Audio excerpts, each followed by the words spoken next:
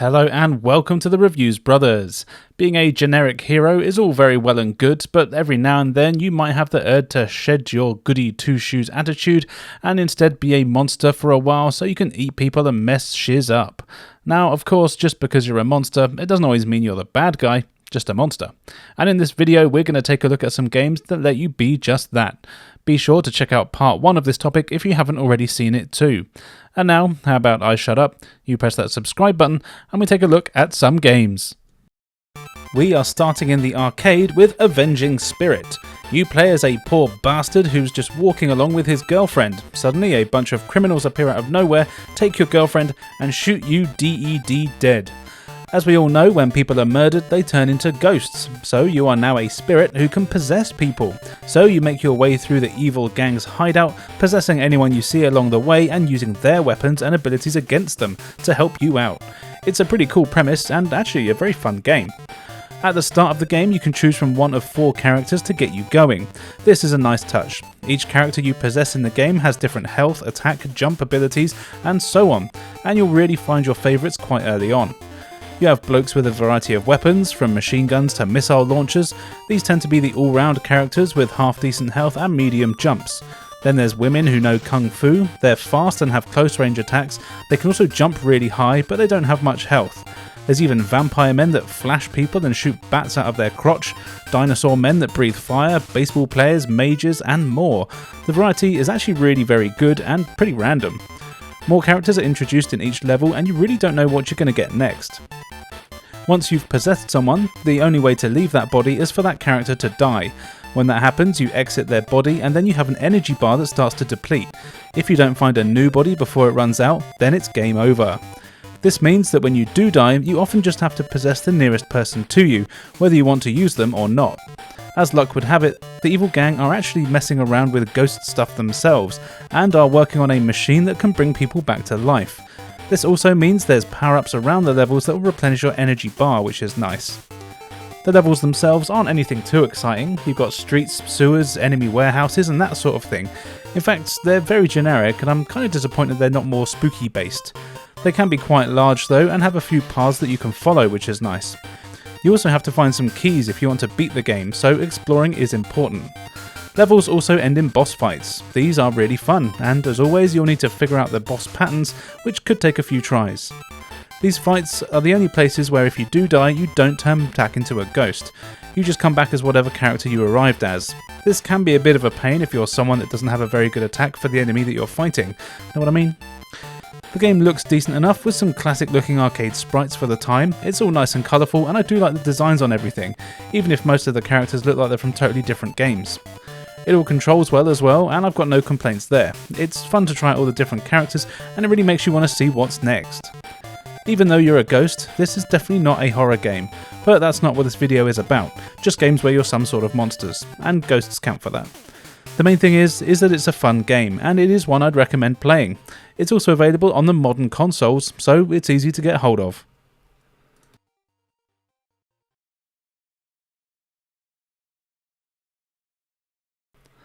Bubble Ghost for the Game Boy is another game where you play as a terrifying spook.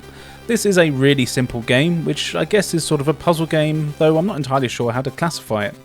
You are a ghost and your only goal is to blow a bubble from point A to point B of any given level. You have more than 30 levels to get through and they range from relatively simple to downright tedious, but almost always fun and addictive. The levels are always just a single screen, and as it's a bubble that you're blowing, if it so much as touches anything, it will burst and you lose a life. When you get near the bubble, you automatically start to orbit it, making it easy to choose the direction that you blow the bubble in.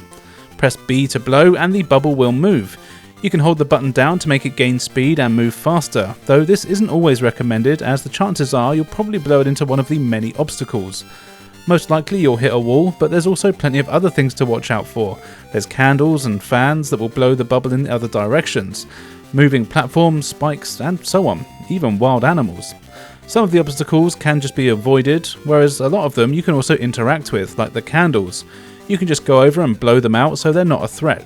Also, with things like the fans that have power, there's often a way to turn them off. This is sometimes permanent, sometimes temporary. There's always a bit of trial and error here. Often what you'll want to do is clear the path as best you can, and then go back to get the bubble from the start of the level. This is easy to do as you are a ghost, and you can just pass through everything else on the stage. Nothing hurts you, only the bubble. At least that was the case for the levels I managed to get to. You do have a timer, but this is just for a bonus score, and you can actually take as long as you need to if you wanted to, which I always appreciate.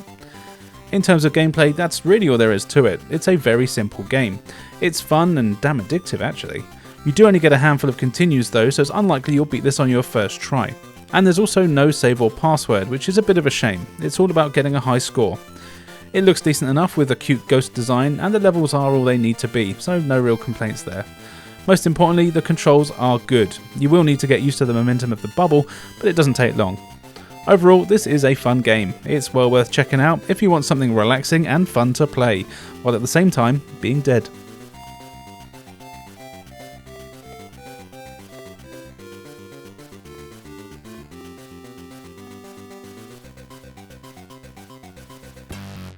Here is the Ooze for the Sega Mega Drive or Genesis. You play as the unfortunate Dr. Kane, who thought something wasn't quite right with his workplace, the Corporation. Yep, it's called the Corporation. Turns out you were right, and your workplace is evil and planning on releasing a plague on the unsuspecting public. You are discovered and thrown into the chemical waste where you were meant to die. But instead of complying, you were turned into a sentient mass of disgusting goo, and you go on a revenge mission to take down the Corporation, stop them releasing the plague, and maybe seeing if you can get your body back at the same time. It's a pretty cool story if you ask me.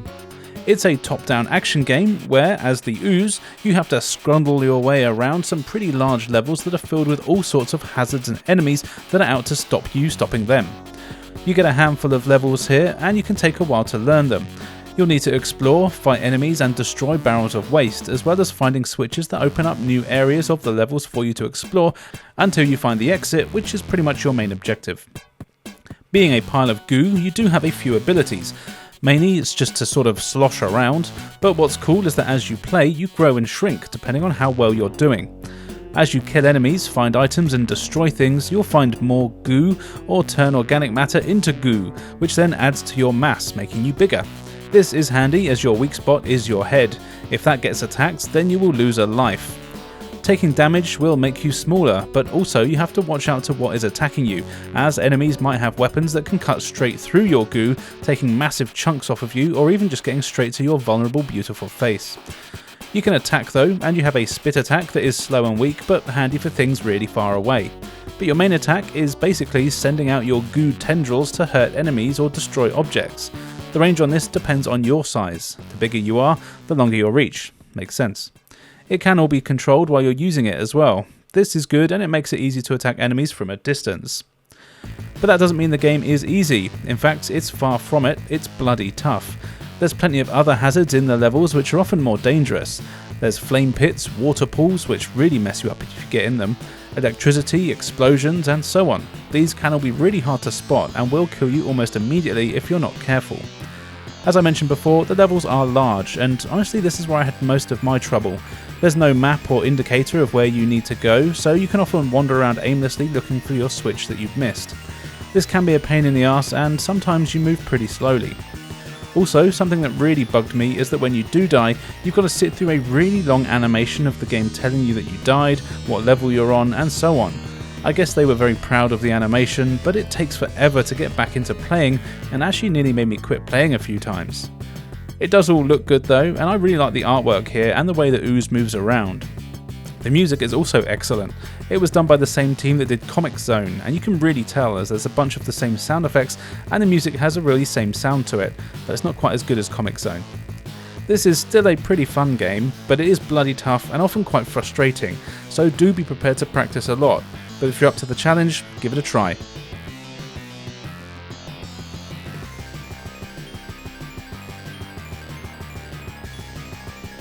Fighting game time now with Vampire Darkstalkers Collection from Capcom.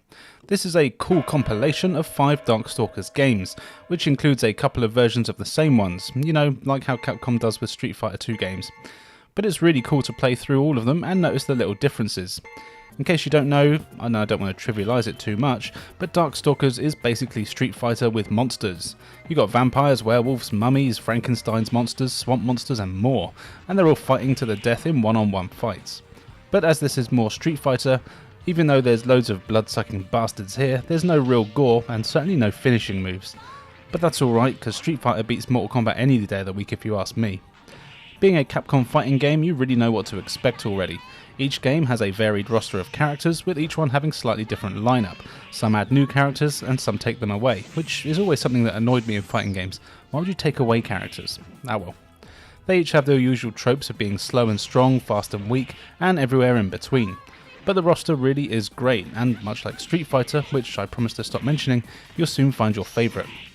Fights are all one-on-one in this game, and it's really easy to pick up and play.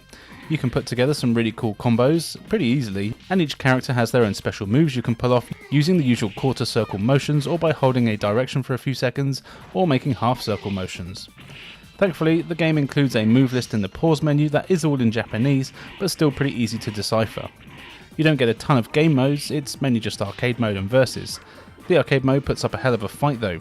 Even on the lower difficulties, the AI is good at countering and blocking, and you need to get a bit of practice in if you want to win consistently.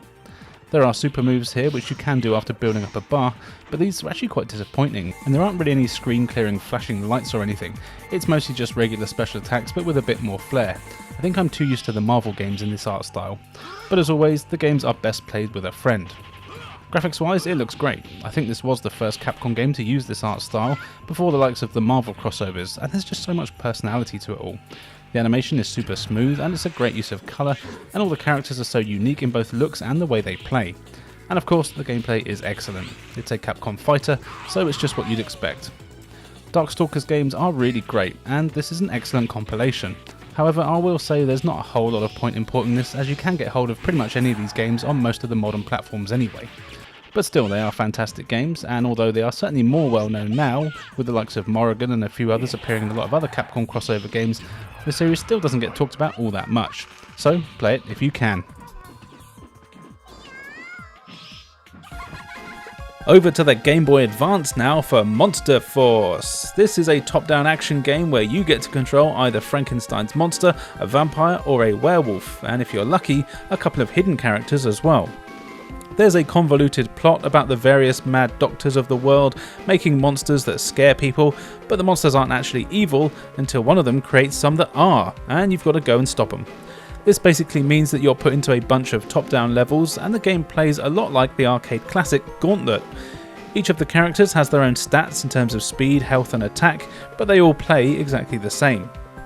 You can move, sprint and attack, and every level basically plays the same. You've got to explore the level, tracking down keys and finding switches that open the various doors located around the place, eventually getting you to the exit. That is your main goal, though some levels give you specific objectives or time limits, and they might do things like asking you to collect a certain number of points, for example, for a bigger bonus. There's plenty of enemies in the levels, but these, along with the levels themselves, are never really mixed up, and you see about 5 different types, which then basically just get a colour change in the later stages. But that's fine. To attack, you fire a projectile, which is a bit annoying, and you can't move while attacking. You can tap the button for a quick attack, or you can hold it down to charge a much more powerful blast that will go through multiple enemies.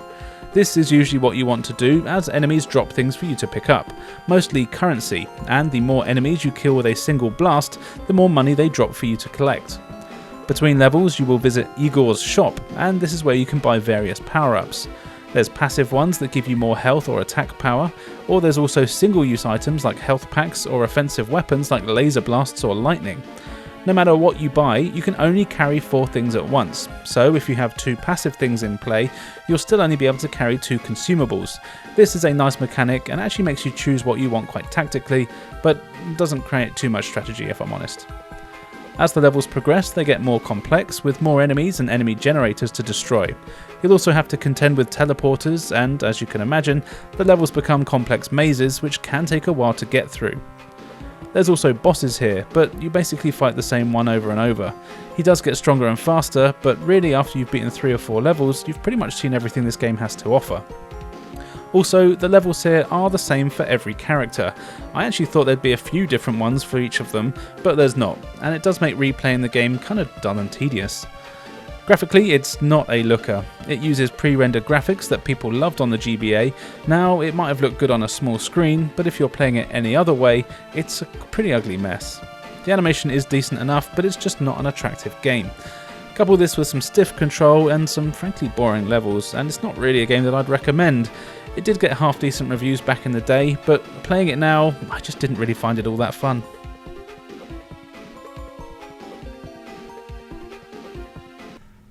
BloodRayne was released in 2002 and sees you playing as Rain, a sexy vampire lady who has to fight Nazis. This is its sequel, BloodRayne 2, being shown here on the PlayStation 2. Now, I do have the first game on the GameCube, but guess who forgot to press record for 2 hours worth of footage, and now I refuse to play that game again out of spite. Yeah, that's me. There is the usual angsty vampire story here. Rain's friend is murdered by Nazis in a flashback, and then we're taken to modern times, well, early 2000s modern, where it turns out Rain is still hunting down and killing everyone connected with the murder of her mate. It's an evil vampire called Kagan, but to be fair, if you call your kid Kagan, it's going to turn out to be evil. Parents are dumb. You've tracked down Kagan to his massive mansion and intend on cutting his face off, but wouldn't you know it, he escapes and has a massive army of vampire and monster henchmen, so the whole game is played out a bit like a cat and mouse simulation, where you go from place to place trying to catch the wily bastard.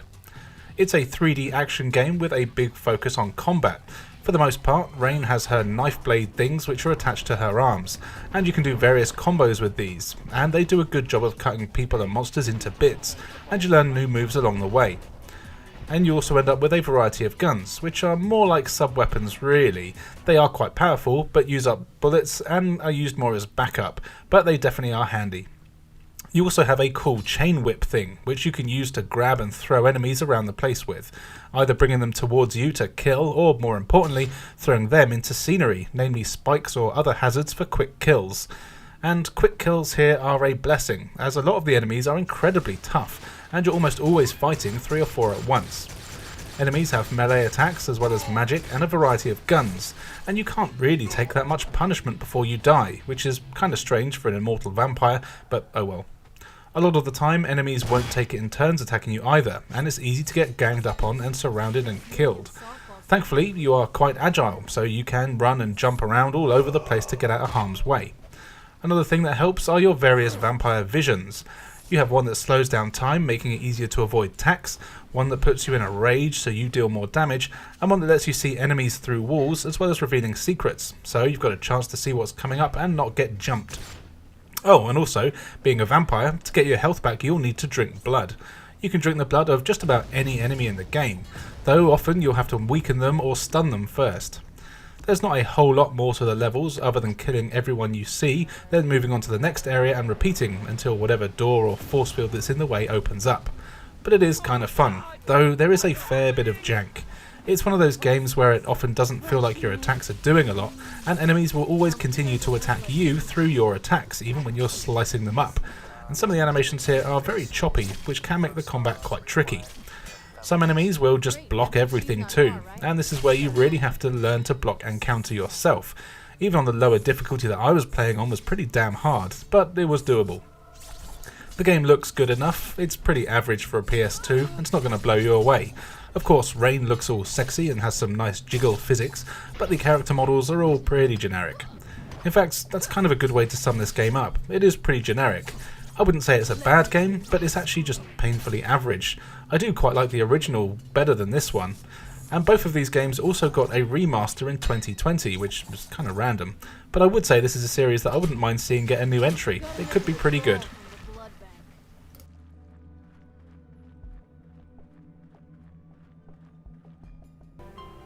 In 2011, we got BloodRayne Betrayal, released digitally on the PS3, Xbox 360 and Windows. This is the PlayStation 3 version. This time, Rain has been hired by Vampire Hunting Society to help them take down some evil vampires, stopping their evil plans once and for all and all that jazz. This time though, it's all done in a beautiful 2D side-scrolling fashion. Rain still has two methods of attack, her trusty arm blade things which are very powerful with a number of combos you can do, and you also have a pistol which has limited ammo. Your blades are your main attack, and you can attack straight ahead. Hammering the button does a decent combo, and you can also press up to knock enemies into the air, at which point you can jump and do an air combo and kick them against walls or into destructible things to do more damage and smash stuff up. Your gun only fires one bullet at a time, but this goes through all enemies and knocks them to the ground. It's really best used as a defensive item when you're getting bombarded by enemies, which you often will do. Thankfully, most enemies do also drop bullets for you to pick up. Rain can also double jump, backflip, wall jump, as well as air dash either on the ground or in the air. You'll need to combine all your moves if you want to get anywhere here, as the game is bloody hard. The gameplay is kinda simple, in that it's just a case of moving until the screen locks and then you kill everything and then you move on. Eventually you fight a boss. But the combat is really tough for a few reasons. Firstly, the number of enemies is always stacked against you, with more teleporting in all the time. You'll often fight a dozen or so at one time. Enemies all have their own attacks and strategies for fighting, being able to block your attacks quite often as well. They're also quite agile, with some being on the ground, some flying, some low down, so you need to jump, duck, crouch, everything to take everyone out. But this is also one of those games where the animation of whatever you're doing has to stop before you can do anything else. Also, all of your attacks make you stop exactly where you are, so you can't really move forward and attack, with the exception of jumping attacks really. So as soon as you press the attack button, you stop where you are, and if you're just a millimetre or so too far away from the enemy, you'll miss them and have to wait a second or two while your animation plays out before you can attack again, and usually by then, they'll have punched you in your beautifully animated tits. This also applies to blocking. You can't interrupt attacks with a block, and it's really hard not to take damage. It makes all the fights very hard, even early on. You do get semi-regular checkpoints which refill your health, and you can grab any enemy and suck their blood to get health back, so this definitely does help, but you do get attacked while trying to do this most of the time, so it can be hard to time correctly. In the levels you also find treasure. This is just for points to get better rank at the end of the stage, but there's also red skulls you can find, and for every 5 of these you collect, you can upgrade your health or ammo. These skulls are very hard to find in the levels and they're hidden well, but I recommend health every time. Despite my gripes of the difficulty though, I do find this game pretty enjoyable and fun. As you can see, it looks gorgeous with some amazing character designs and animation, just about everywhere. I love how it looks and animates. There's 15 pretty large, tough levels to play through, and you can go back to any of them at any time to collect anything you might have missed, which is nice. Overall, this is a good game that will definitely challenge and frustrate a lot of people, and not always for good reasons. If you like a challenge, then this is one I would definitely recommend giving a go.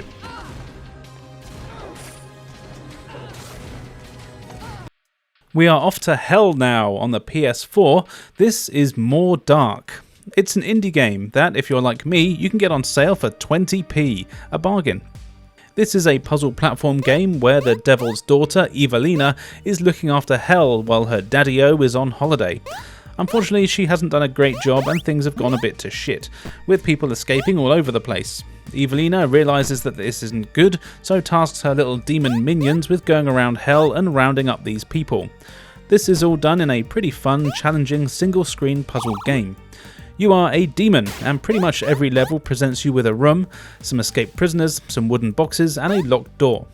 Your job is to kill all the escaped prisoners by jumping on their heads. Once they're all dead, the locked door to the next level will open up. The boxes are there to help you navigate the stages.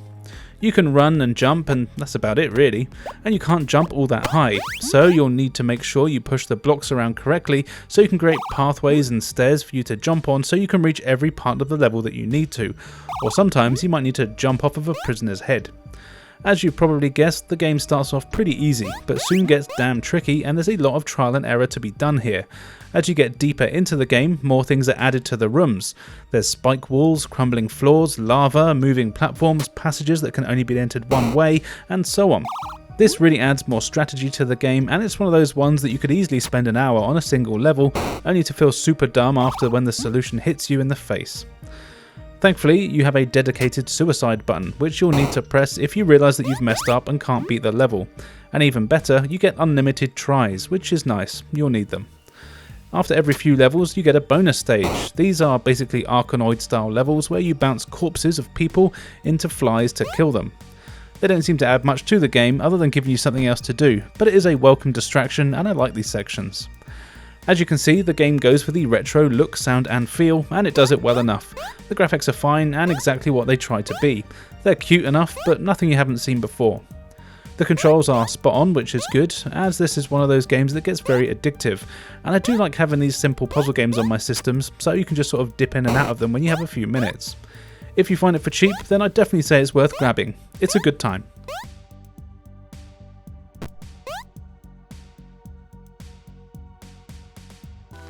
And finally for today, here is Hell Pie, shown on the Steam Deck, but it's also on the modern consoles. Hell Pie is a 3D platform game where you play as Nate, a demon of bad taste. You're just doing your everyday mundane demon duties when you happen to be in the wrong place at the wrong time, when everyone finds out that Satan is waiting for his favourite pie to be made so he can have some lunch. However, the chef totally forgot about it and doesn't have the ingredients, so you're forced into exploring various locations to get the delicious things needed for the pie. Of course, as it's Satan, he doesn't want a nice chicken and leek. Instead, you'll be hunting for rotten eggs, piles of sick, drugs, used tampons, and more juicy, delicious things. This is not a game that takes itself seriously, and is also a game not for those that are easily offended or grossed out. In terms of how it plays, if you're familiar with 3D platformers, you'll feel at home. You've got a hub world to explore which has various rooms and items in it. Eventually you'll have collected enough of the stuff there that you're asked to collect, at which point other levels will open up which contain even more things to collect. Get enough of these things and even more levels open up until you've collected all the collectibles. It's a classic formula and I really like it. It's the worlds and characters that really steal the show here though. Most of the levels are designed roughly around things to do with hell, and more specifically the 7 deadly sins, which means there's themes around gluttony, greed, lust, envy, wrath, pride, sloth and lust. Which again means this is for mature audiences. There's a lot of violence, swearing and nudity here, but it's all cartoony and mostly played for laughs. The levels are all quite large and everything is surprisingly bright and colourful, but getting around them is really good fun. Nate can run, jump, climb and attack pretty well, but you also get more and more abilities as the game goes on. You get a little angel helper buddy and he's chained to you, so you can use him to hit enemies as well as using him like a Spider-Man style swing. You start off being able to swing once, but you can soon learn to swing 3 or 4 times, really letting you travel large distances quite easily. In the levels you can also collect baby unicorns. You use these as sacrifices at certain statues to learn new abilities, specifically horn abilities. There's one that is basically a radar pointing out areas of interest, there's horns that give you speed boosts, ones that give you a devastating charge attack, and so on. You also collect little purple orbs. These are basically currency and used for buying new costumes, a lot of which are references to movies or other video games, including one of Conker from Conker's Bad Fur Day, which I really do think must have been a big influence on this game. I reckon you could probably make a few small tweaks and it would easily be a sequel to Conker. There's also plenty of enemies to fight here, and these range from evil insects to strange hippies and even literal lumps of shit. It's gross, but funny gross, and I'm basically a child, so I really find this game kind of funny. You even get bosses, although it is quite easy, but it is fun to play and fight them. You get unlimited lives here, and if you do die, you're just taken back to the nearest checkpoint. And the game is fairly generous with them as well, which is nice. I never got frustrated at how far back I had to go in the game. It all looks decent. While not the best looking platform game out there, it really does have a great style, and the designs of everything are really good. I really did enjoy seeing the new levels and what was coming up next, and the crazy characters that you meet along the way. This is another one that I got cheap in a sale, so I just got it for a couple of quid, and I'm really glad I did. In fact, I have to thank GreyMars1097 who left a comment on last year's video suggesting that I check it out. Well, I did, and it's great, so thank you, and sorry it's taken so long for me to get to the game. So there you go, a bunch of games where you play as the monster. These games are always fun to play, so as always make sure to let me know what other games I could have included in the comments below. I want to say a big thank you to my patron, he's a sexy bastard and you can be too. Link to my Patreon is in the comments below, where I have loads of extra content too hot for YouTube, as well as gaming challenges, podcasts and more. On screen now you can see where you can follow me, so why not do so? I've got plenty of great content for everyone to enjoy. And now all that's left for me to say is thank you for joining us, and we'll see you next time.